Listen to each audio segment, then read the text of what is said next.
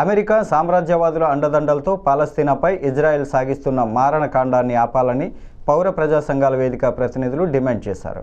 ఈ మేరకు గురువారం వేదిక ఆధ్వర్యంలో జీవీఎంసీ గాంధీ విగ్రహం వద్ద నిరసన, పాలస్తీనా ప్రజలకు సంఘీభావ కార్యక్రమాన్ని నిర్వహించారు.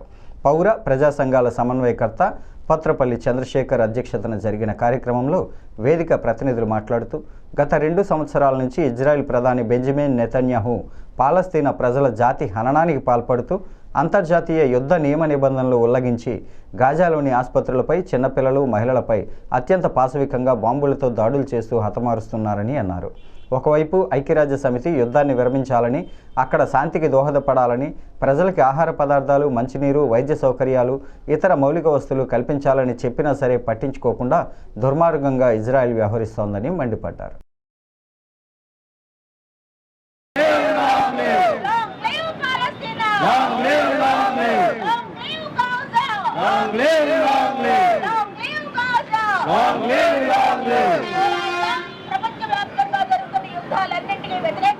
నేను మానవ హక్కుల వేదిక నుండి మాట్లాడుతున్నానండి. గత అక్టోబర్ 7, 2023 నుండి ఈ రోజు వరకు పాలస్తీనాపై జరుగుతున్న దాడులకు వ్యతిరేకంగా ప్రపంచవ్యాప్తంగా కూడా నిరసనలు, ప్రదర్శనలు, అలాగే వ్యతిరేక కార్యక్రమాలు జరుగుతూనే ఉన్నాయి. కేవలం చిన్నపిల్లలే టార్గెట్ చేస్తూ సుమారు 60,000 మంది యుఎన్ లెక్కల ప్రకారం, కానీ అంతకు మించి కూడా చిన్నపిల్లల్ని అక్కడ మానవం చేయడం జరిగింది. అలాగే సుమారు 80,000 మంది పైగా పెద్దవాళ్ళందరినీ కూడా ఖననం చేయడం జరిగింది. దీనికి ఐక్యరాజ్య సమితి కూడా వ్యతిరేకంగా తీర్మానం చేసినా కూడా ఇజ్రాయెల్ దీనిపై తీవ్రంగా కూడా ఇంకా ముందుకు వెళ్తూ తమ యొక్క అత్యాధునిక ఆయుధాలతో, డ్రోన్లతో వాటిపై దాడి చేయడం జరుగుతుంది. ఇజ్రాయెల్ చేస్తున్నటువంటి అన్యాయమైన యుద్ధం రోజుల తరబడి, నెలల తరబడి, సంవత్సరాల తరబడి సాగిస్తున్నటువంటి ఈ యుద్ధం ఆపాలనేది విశాఖపట్నంలో ఉన్నటువంటి పౌర ప్రజా సంఘాలన్నీ కూడా డిమాండ్ చేస్తూ ఇవాళ ఈ డెమాన్స్ట్రేషన్ని నిర్వహిస్తున్నాము. ఇటీవల వరకు, అంటే ఎన్నికల ముందు నుంచి ఎన్నికలు పూర్తయ్యే వరకు అమెరికా కొత్త పలుకులు పలికింది, యుద్ధానికి వ్యతిరేకంగా యుద్ధాన్ని ఆపుతామని చెప్పి. ఇవాళ ట్రంప్ అధికారంలోకి వచ్చిన తర్వాత ఇంకా మరింత క్రూరంగా, మరింత దుర్మార్గంగా, మరింత అన్యాయంగా ఇజ్రాయెల్ని ప్రోత్సహిస్తూ గాజాని వెంటనే ఖాళీ చేయాలనేటటువంటి ఒక కొత్త డిమాండ్ని తీసుకొచ్చి ముందుకు పెట్టారు. గాజాని రక్షించుకోవాలి ప్రపంచ ప్రజలంతా, ప్రపంచ పౌరులంతా కూడా గాజా మీద దృష్టి పెట్టాలి, గాజాని కాపాడుకోవాలి. గాజా ఈ ప్రపంచ భూభాగంలో ఒక భాగం, గాజా మానవులందరిదీను. అందుకని గాజాని కాపాడుకోవాలనేది భారతదేశమే కాదు అన్ని దేశాల ప్రజల యొక్క ప్రథమ కర్తవ్యంగా ఇవాళ భావించాలి. అలాగే రష్యా అన్యాయంగా ఉక్రెయిన్ మీద యుద్ధం చేస్తుంది. ఇది యుద్ధాలకి కాలమా? యుద్ధాలు ఆపుకోవడానికి నాగరికత పెరిగే కొద్దీ మానవుల మధ్య సఖ్యత, సౌభ్రాతృత్వం, స్నేహం పెరగాల్సింది పోయి ఇవాళ సామ్రాజ్యవాద ప్రయోజనాల కోసం, అంటే పెద్ద దేశాలు వాళ్ళు చేసే వ్యాపారాలు, వాళ్ళు చేసే ఆయుధ వ్యాపారాలు, ముఖ్యంగా వాటిని కొనసాగించుకోవడం కోసం, వాటి ద్వారా లాభం పొందడం కోసం చిన్న దేశాలు యుద్ధాలకు ప్రోత్సహించడం, అలాగే పెద్ద దేశాలు చిన్న దేశాలను కబళించైనా కానీ వాళ్ళ ప్రయోజనాలను కాపాడుకోవడం అనేది.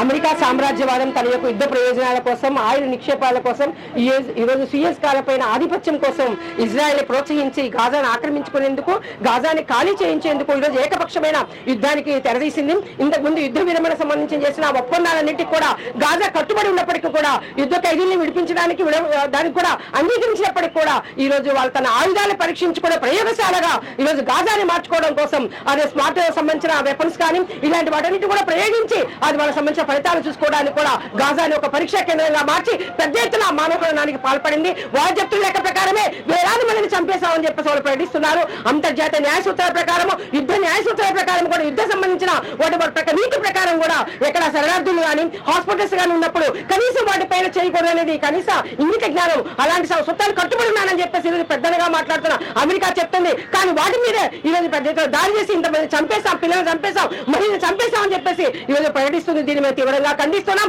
వెంటనే అంతర్జాతీయ న్యాయ సూత్రాల ప్రకారం, చట్టాల ప్రకారం కానీ, అదేవిధంగా ఐక్యరాజ్య సమితి చేసిన తీర్మానాల ప్రకారం కానీ వెంటనే ఆక్రమించిన గాజా ప్రాంతాల నుంచి ఇజ్రాయెల్ వెనక్కి రావాలని చెప్పేసి కోరుతున్నాం. యుద్ధానికి వ్యతిరేకంగా మాట్లాడతానని చెప్పేసి మాట్లాడింది. యుద్ధాన్ని ముగించడం అంటే పాలస్తీనాలకు అనుకూలంగా ముగించడము, పేదలకు అనుకూలంగా ముగించడం తప్ప అమెరికా ప్రయోజనాలకు అనుగుణంగా ఇజ్రాయెల్ గెలిచే విధంగా యుద్ధాన్ని ముగించడం కాదు. గత 2 సంవత్సరాల నుంచి ఇజ్రాయెల్ గాజా మీద లేకపోతే పాలస్తీనా మీద చేస్తున్నటువంటి దాడుల్ని ప్రపంచం ఖండించింది, ఐక్యరాజ్య సమితి ఖండించింది, మానవ సమాజం అంతా కూడా ఖండిస్తూ ఉంది.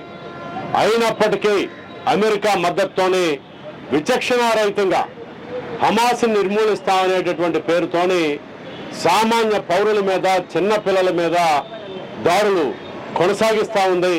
కొన్ని లక్షల మంది పౌరుల్ని ఈరోజు అక్కడ హత్య చేసింది. ఒక విధంగా ఒక జాతిని, పాలస్తీనా జాతిని నిర్మూలించేటటువంటి ఒక కుట్రపూరితమైనటువంటి వైఖరితోనే ఇజ్రాయెల్ ఈ రకమైనటువంటి దాడిని చేస్తూ ఉంది. ఖచ్చితంగా ఈ దాడిని ఐక్యరాజ్య సమితి ఖండించింది, ప్రపంచ సమాజం ఖండించినా కూడా ఈరోజు ఇజ్రాయెల్ ఏమాత్రం వెనక్కి తగ్గట్లేదు. ఒక విధంగా ఇతర దేశాల యొక్క చొరవతోని బందీలు అప్పగించడానికి లేకపోతే కాల్పుల విరమణకి ఒప్పందం జరిగితే ఆ ఒప్పందాన్ని కూడా ఇజ్రాయెల్ వైపు నుంచే ఉల్లంఘిస్తూ అక్కడ పాలస్తీనానే లేకుండా చేయాలనేటటువంటి పద్ధతుల్లో ఈ దాడులు చేస్తా ఉన్నారు. ఈ దాడుల్ని ఖండిస్తా ఉన్నాం. ఐక్యరాజ్య సమితి ఇప్పటికే కొన్ని వందల తీర్మానాలు చేసింది ఇజ్రాయెల్ యొక్క దాడులకు వ్యతిరేకంగా. ఈరోజు అమెరికా ఐక్యరాజ్య సమితి తీర్మానాలను అడ్డు పెట్టుకొని ఇరాక్ మీద కానివ్వండి, ఆఫ్ఘనిస్తాన్ మీద కానివ్వండి, సిరియా మీద కానివ్వండి విచక్షణారహితంగా దాడి చేసింది. మరి ఇక్కడ ఇజ్రాయెల్కి వ్యతిరేకంగా ఐక్యరాజ్య సమితి